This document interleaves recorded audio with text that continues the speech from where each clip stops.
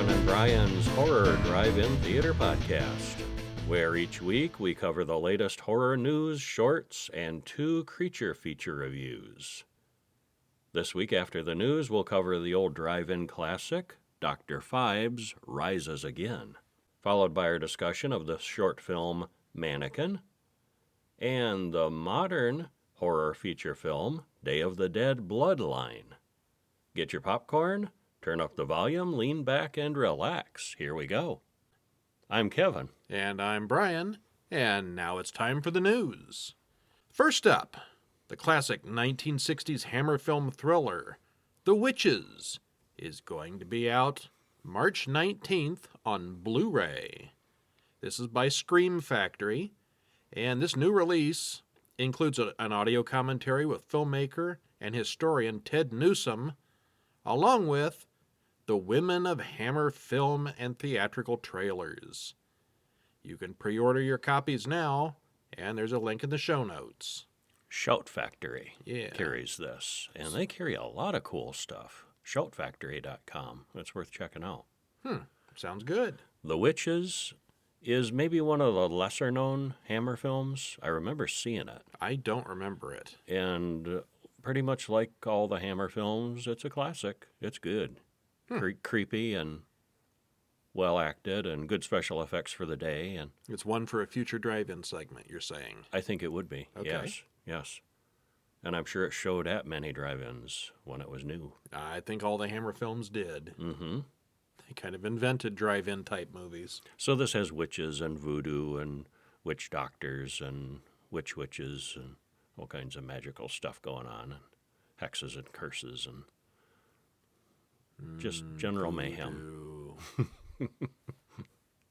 And next up, Eli Roth has given us the History of Horror documentary series, and this is coming out in February 2019, if you didn't see it last year on AMC, and this is coming to the Shudder Network. This has an in-depth look at the history and influence of horror, with each of the 7 episodes focusing on a different topic.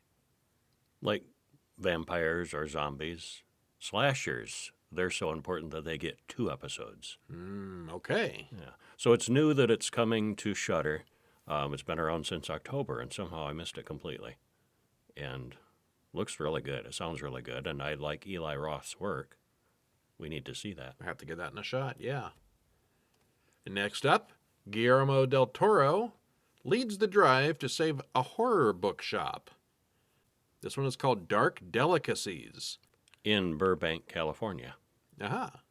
He joins Neil Gaiman, Cory Doctorow, and other readers in crowdfunding their rescue of this amazing quarter-century institution. That's 25 years. That doesn't seem like a record holder for a bookstore. I guess it's quite a cool place.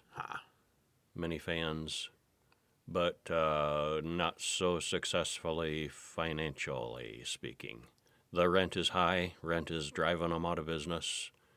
Business isn't keeping up. So they had a crowdfunding. I think a lot of bookstores are having that problem lately. So Not so much lately, even. Yeah. Well, having somebody that big step forward and speak up and say, hey, folks, let's all give some money. And they did. They raised $24,000 in 4 days for this bookstore. Huh. You think they help out ailing podcasts? That's what I was wondering. Okay, we're not ailing yet, but I bet we made less money in that bookstore. I want $24,000 raised in 4 days. I'll take $24. Listeners, start us a crowdfunding campaign. Okay. One of these days we may have to set up a Patreon or something for real. Maybe. Number 4. The 2019 Oscar nominations have been announced, and as usual, there aren't any horror film nominations. There's one. There's one? Yes. What is it? A Quiet Place, appropriately enough, is up for sound editing. Well, that's weird. The movie where everybody tried to keep quiet. And that's the only horror nomination, I believe. However, Bloody Disgusting has a very fun article where they have Oscars that's entirely horror movies. The Oscars of Horror. And it's got Hereditary, Mandy, Annihilation, A Quiet Place, The Endless, Revenge, Halloween, and Upgrade, which are all vying for their Best Picture. And then they have it broken down into all the categories, All the too. other categories. It's yeah. really an article worth checking out. It's really fun. And a fantasy, because that'll never happen for the Oscars. No. They need a Best Horror Movie category. They got drama. They could. They should. Comedy. Why not? Yeah, why not? I don't know. Do you have a favorite movie from 2018 that you can remember? One of these off this list, even? Well, of these nominations, I would have to go with Hereditary. Oh. But I would have as to so go with often- A Quiet Place. as so happens with the Oscars, I haven't seen all these movies. I have not seen Mandy yet. Halloween, though? No. Not that remake. No. Yeah. Well, sequel. Sequel, reboot, remake, Yeah. whatever. Yeah. Okay, what movie too far? And last, our fifth story this week is something to give a treat to all the Lovecraft fans out there. Pop Sugar reports that a film adaptation of the Lovecraft story, The Color Out of Space, begins production in February and should be finished by the end of the year. The Color Out of Space was written in 1927 by Lovecraft, and it follows a family who moves to Massachusetts. Shortly thereafter, a meteorite lands in the field, but it's not normal. It begins to infect everything. The food that grows, the livestock, and everything else just goes insane or dies. The family slowly crumbles to dust. And this is going to carry... Oh, no. So it's not a comedy. No. But it's going to star Nicolas Cage, so who knows how that's going to go. That could be hit or miss. He does some great work, and he does some not so great work. Flip a coin with him. Jolie Richardson also, Tommy Chong, Elliot Knight, Julian Hilliard. Tommy Chong? Yeah. Huh. In a horror movie. Yeah. A serious role. It could happen. Presumably. Yeah. Maybe he'll be the comic relief. Yeah, okay.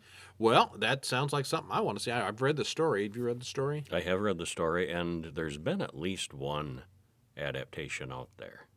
I've read the I think- original. I have not seen anything. If I Unless it was like remember an right- Outer Limits or something. Claude Akins, is he the dark-haired actor? Was in like everything in the 70s? Yes. Yeah. I'm quite sure that Claude Akins was the main guy in it. Huh. Sounds interesting. Mm-hmm. It was. Okay, yeah, I looked it up. The Claude Akins movie from 1987 was called The Curse. Also known as The Farm. It's an Italian-American horror film adaptation of The Color Out of Space. Huh, I do not remember this one, but I'm looking at the VHS cover, and I know I've seen this at one point. I know I saw it. I don't remember any of it, but I know I have seen it. Bad things happen. Yeah, they always do. Yeah. Okay, and that is the news for this week. First up, we have our drive-in special, which is the direct sequel to last week's story. Last week we talked about the Abominable Dr. Phibes, and this week, believe it or not, Dr. Phibes rises again. Who would have saw that coming? We did. Anybody who... it was pretty obvious. But he's back to his old tricks. Just like I guessed last week, the eclipse came and he got up. Must have been some automatic system. So it's been 3 years. He's been in the sarcophagus for 3 years with his wife, who's more dead than he is. It's all relative. She's deader than him. The movie starts with a really thorough recap of the first movie. Maybe a little too thorough if you just saw the original. And yeah, they cover everything and then bring us up to the point. He gets right up and goes to the organ, starts playing music, summons Vonavia. Who just sort of appears. Ghost-like, demon-like. We don't know. We still don't know. Still a mystery. Different actress, same style though. Same amount of style. Lots of dancing around. Lots of flowing gowns and headdresses and things. And he gets into exposition mode as he explains that his goal in this time is not revenge. This time he wants to go to Egypt and find the River of Life. It only happens every 2,000 years. And guess what? It's coming up in 3 weeks. So, we're going on a road trip. But he doesn't remember where the magic mountain is, so he has to get the map out of his safe upstairs in the house. Fortunately, he just goes upstairs, gets the map, goes to Egypt, and nothing to it. No, not quite that easy. Oh, he goes upstairs and there's rubble. The house has been demolished and his safe is ransacked. Someone has taken his map. But he knows exactly who. There's only one man who would want that map. It must be Biederbach. Darius Biederbach. Yeah. Awesome name. His arch nemesis, apparently. So, Biederbach did steal the map, and he's planning a trip to Egypt along with an investor and a bunch of archaeologists. They're going to go explore the cave system, allegedly, but Biederbach has his own private plan that we don't know yet. First thing, Phibes decides he wants his map back. He sneaks in that night while the guard is alone in the house. At Biederbach's house. His house. Big old mansion. This guy looks like a James Bond henchman, doesn't he? He does, yeah. He's as wide as he is tall, shaved head, just solid-looking guy. Hanging out playing pool because he's got the house to himself. And in comes the snake. Oh. He sees the snake right away. And he kills the snake and laughs because it's just a wind-up mechanism. A clockwork snake. Well, and then there's another snake. Somebody's playing a trick on him. And so he goes and picks this other harmless snake up too. Which is not clockwork. So remember this, if you're picking up a clockwork snake, it doesn't mean that all the snakes are clockworks, harmless snakes.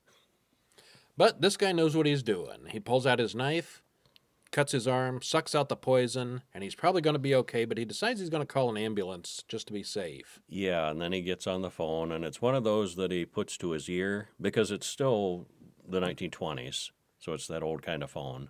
The kind where you hold the little cone thing to your ear and talk into the other piece. And Phibes cues Volnavia that it's time to push on the plunger, stabs a rod right through the guy's head.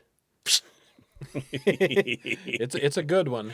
It's one of the better murders. Mm-hmm. So then he gets his map back. Okay. And then they're off to Egypt. All of them are off to Egypt. Biederbach on the same boat. And Phibes, they're on different floors in different rooms, but they're on the same boat. Coincidence? I think not. No, I think not.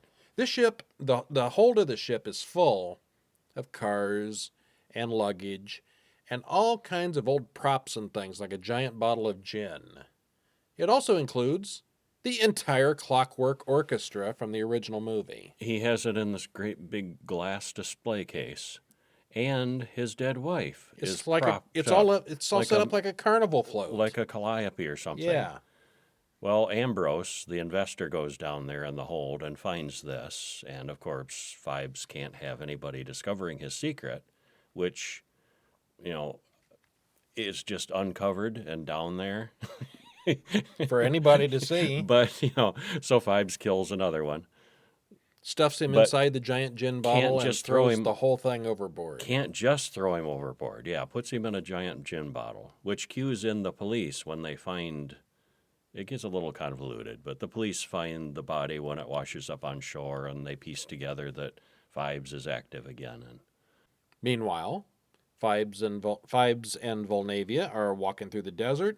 They go inside this creepy old cave system, like you tend to find in Egypt. Walk around a few secret little corners, press a button, open a secret door, and inside is his alternate lair. With the clockwork people and the stairs and electricity and a dance floor. And an organ again. How did he get all this stuff there and still need to have that map to find it again? He obviously had planned this for years. This is one you don't want to think too deeply about. Where'd the electricity come from for all that stuff? Yeah. There's a lot of unanswered questions with this one. And they travel heavy.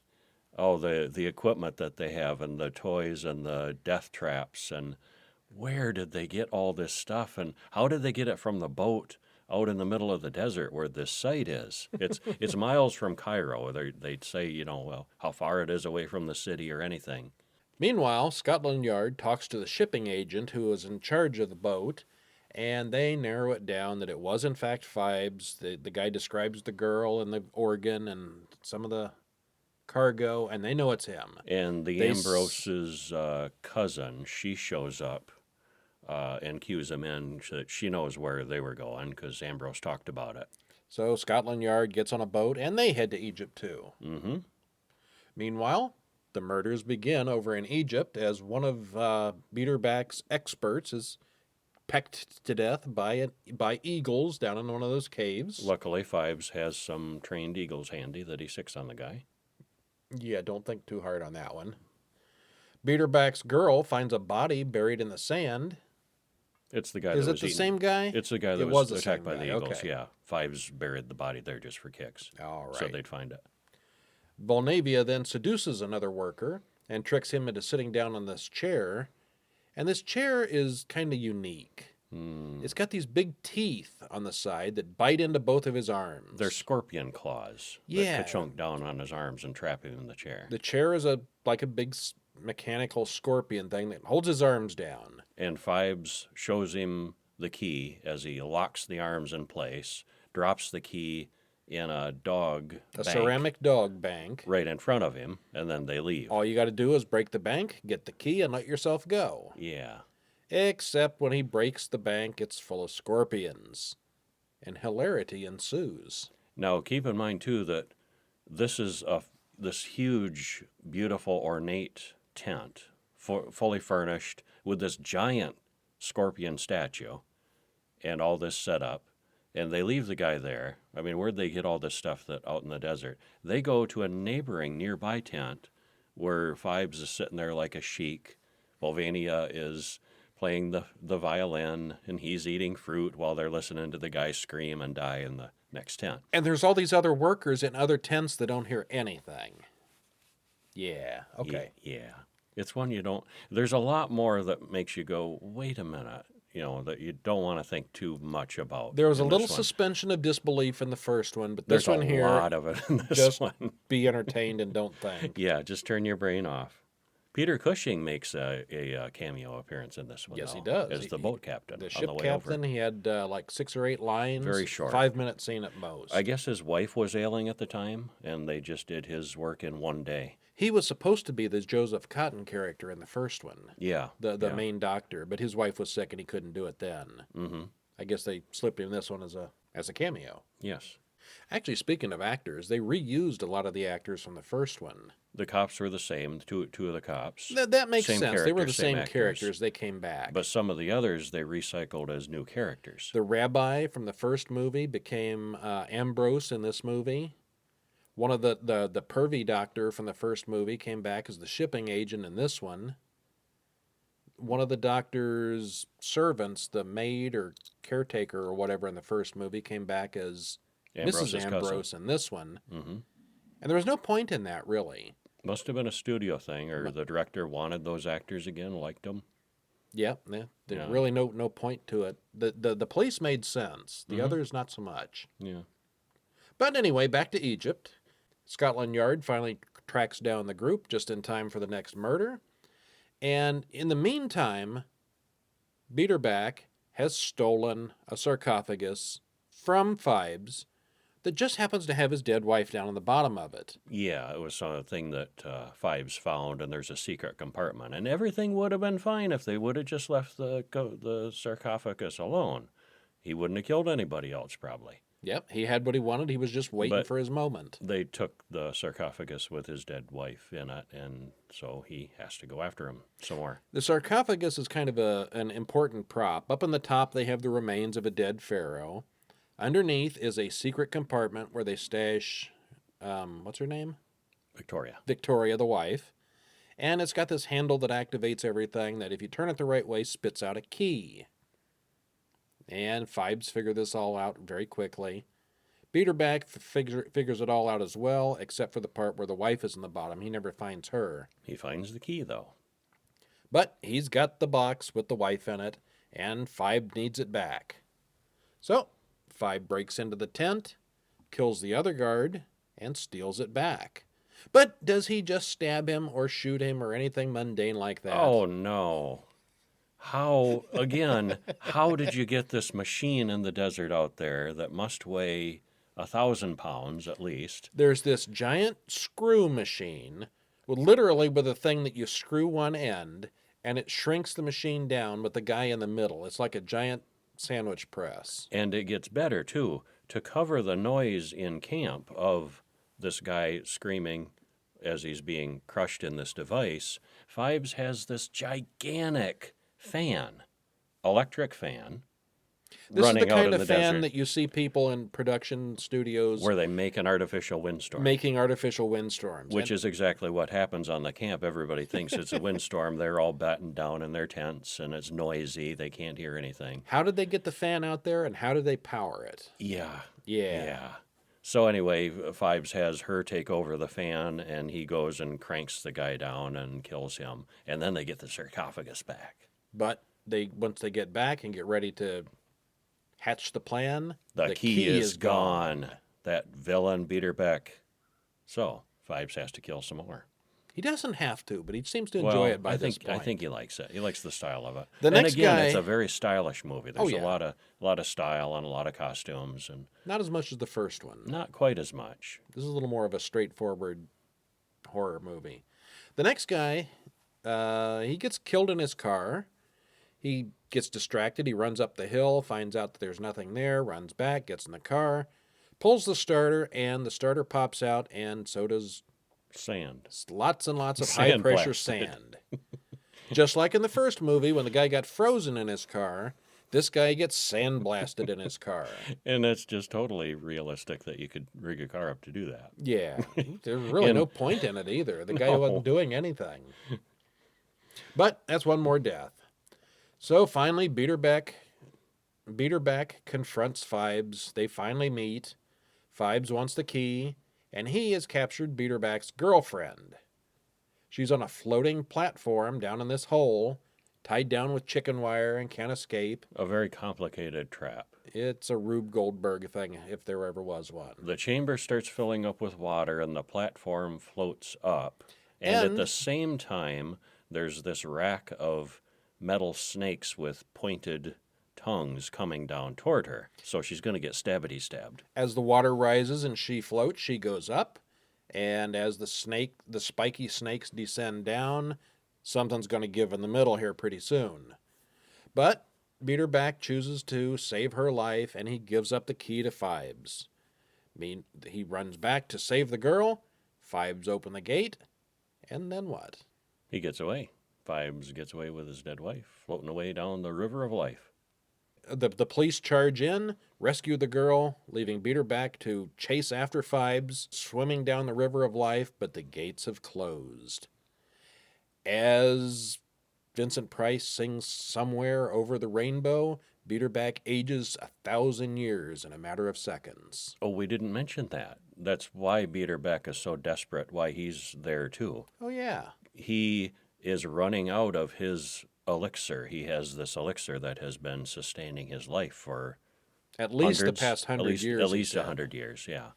And so he's desperate here to get to the river of life too. And he doesn't actually say how old he is, but you get the idea that he's thousands of years old. He Been knows around these a while. things. Yeah. And his time is up.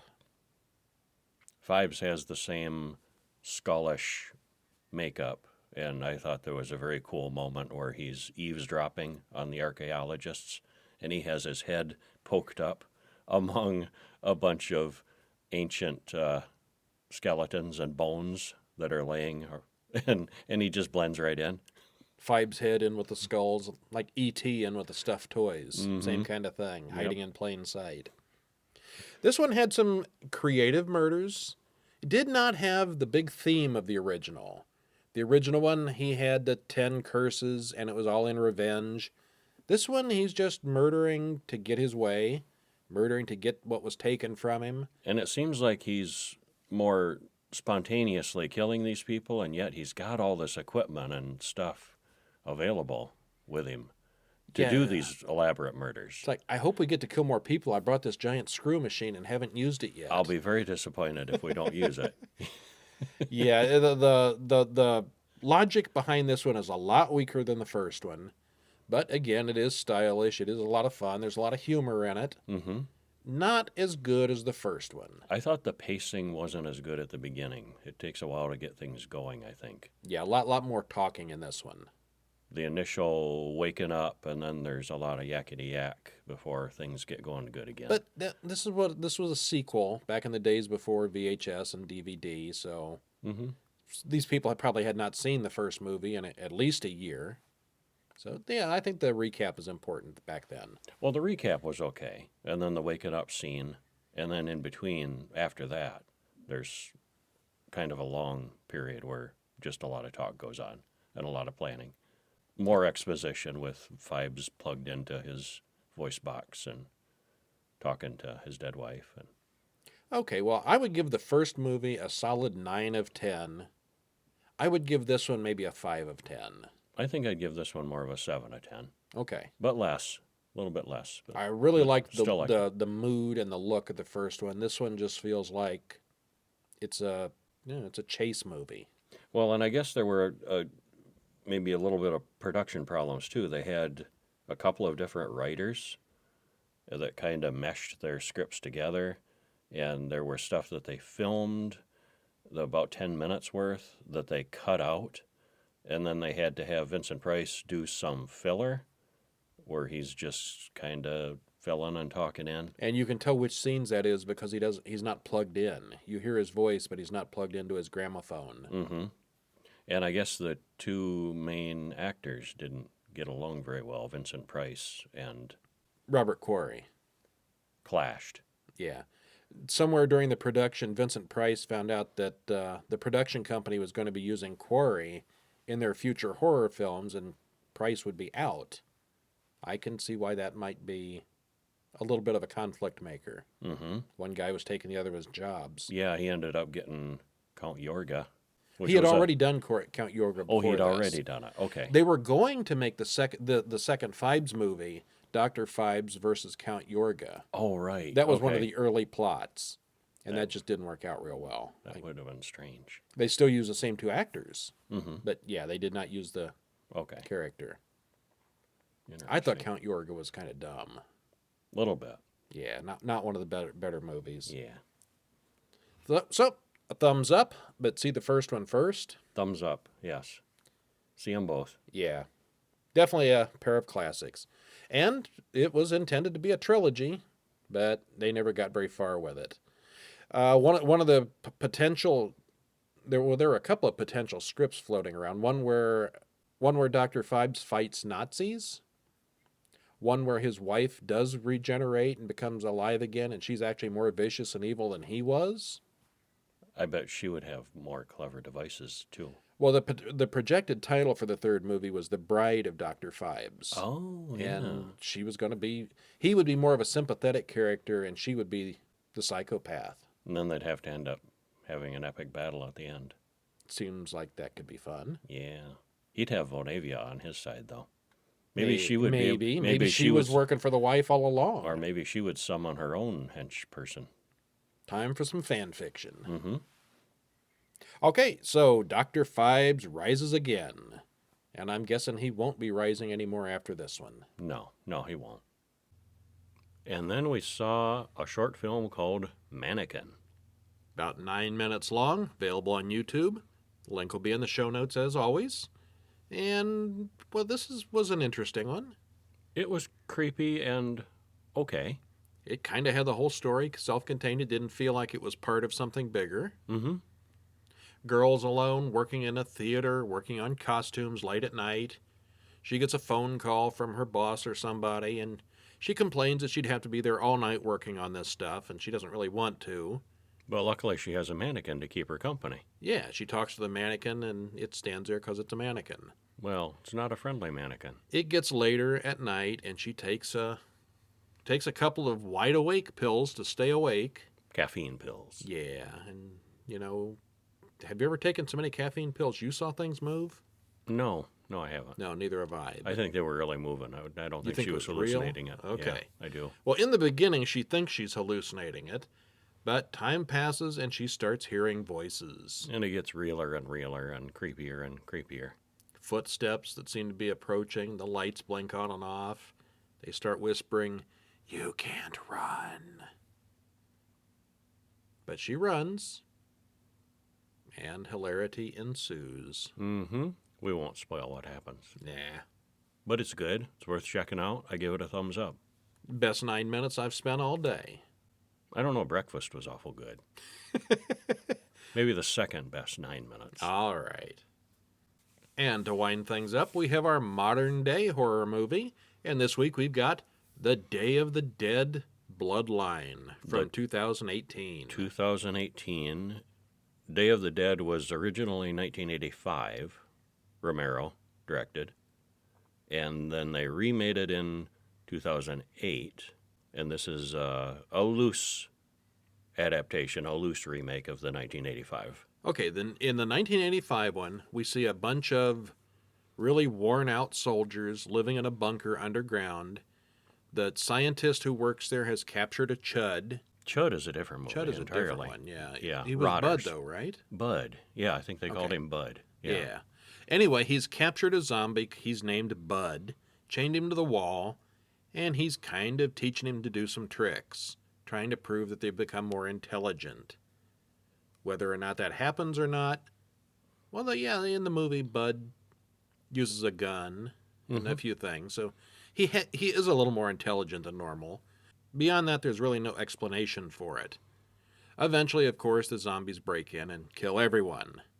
And this was back in 1985.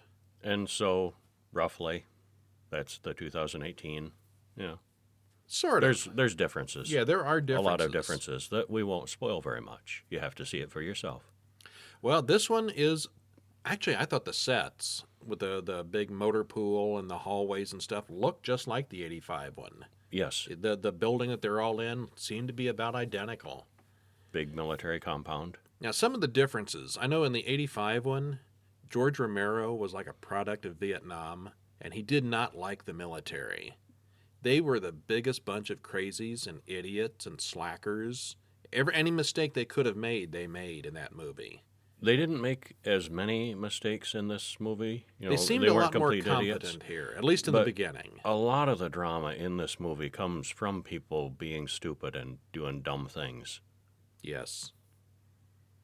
At one point, the head scientist makes them go outside the compound to find drugs, and not less than 12 dozen people, it seemed like, kept screaming, "Why do we need to do this? Why do we need to do this?"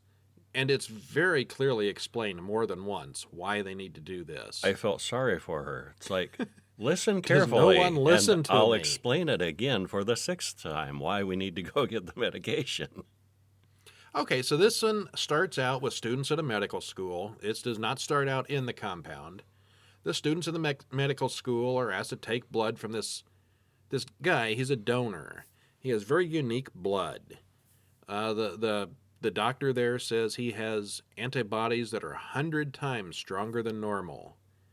So Zoe, the main character of the movie, goes in and withdraws his blood, and he's very creepy with her. He really likes Zoe. Really, really likes Zoe. He in reaches a creepy over kind and of he way. touches her in a creepy kind of way, and she Obsessive. rebuffs him a little bit. But then he pulls up his sleeve, and he's cut her name into his arm, and it's still red and wet and bleeding. And 'Cause he loves her. yeah, actually, he loves her so much, he waits around that night when the rest of everyone else is at a party and tries to rape her. How's that work out? Well, it's good news, bad news. Yeah, it is. The good news is the rape isn't successful. The bad news is because it's a zombie attack. Right in the middle of the attempted rape, they do it in the morgue, of course. She was hiding beer in the morgue and went in there. And, of course, he follows her in and pins her down and starts going to work on her. And one of the dead bodies gets up and kills him. She gets away, of course. But Then there's chaos and mayhem, and the city's falling apart because the zombie outbreak is going on. And then fast forward 5 years later. at that point, the credits roll, and we move ahead 5 years. So all we spoiled so far is the pre-credit stuff. So anyway, her obsessive stalker is still a factor, still around.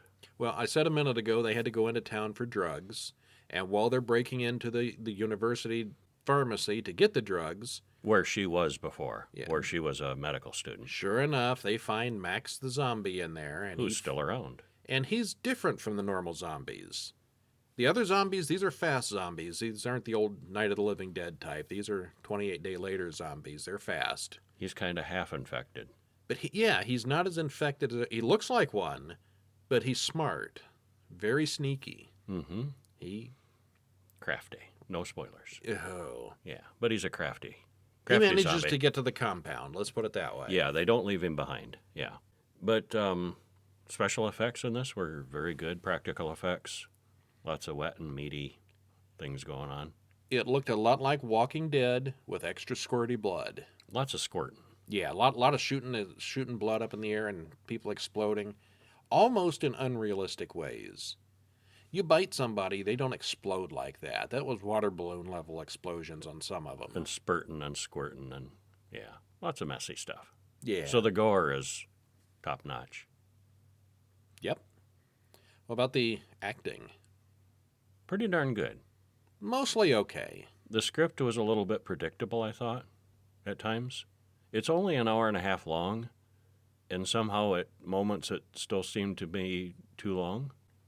There are just so many zombie attacks you can watch. And yeah, once you've seen a zombie chomping on somebody, you've seen them all. There was nothing innovative enough here to really keep my attention in toward the end. Yeah. Yeah, the acting was okay. The special effects were okay. The cinematography and the music were okay. The story, well, it was a remake. Nothing terribly If innovative you've seen here. zombie films before, well, you kind of seen this one.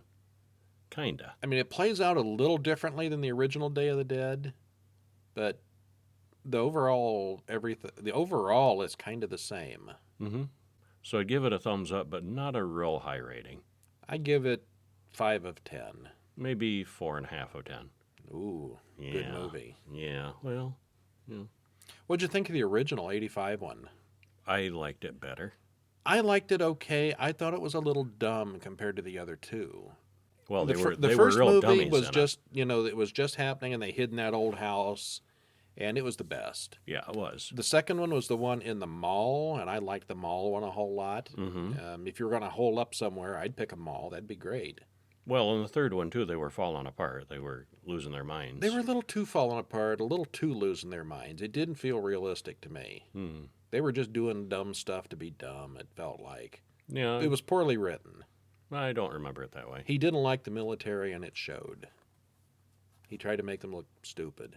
Well, he did manage that. Okay, so 4.5 out of 4.5 out of 10, and 5 out of 10. Sounds like this is sort of a thumb sideway from us. Mm-hmm. I'd recommend the original over this one. We'll have links to both movies in the show notes. It looks like the sun's starting to come up again. We're going to have to go. The drive-in is closing. Stop in during the week at horrorbulletin.com for news and horror updates, or to comment on this podcast, or to contact us. Check out our Twitter feed at Horror Bulletin. And our website at horrorbulletin.com. I'm Kevin. And I'm Brian. Please pick up your litter and return your speakers before you leave the drive-in. Drive back in next week. See ya.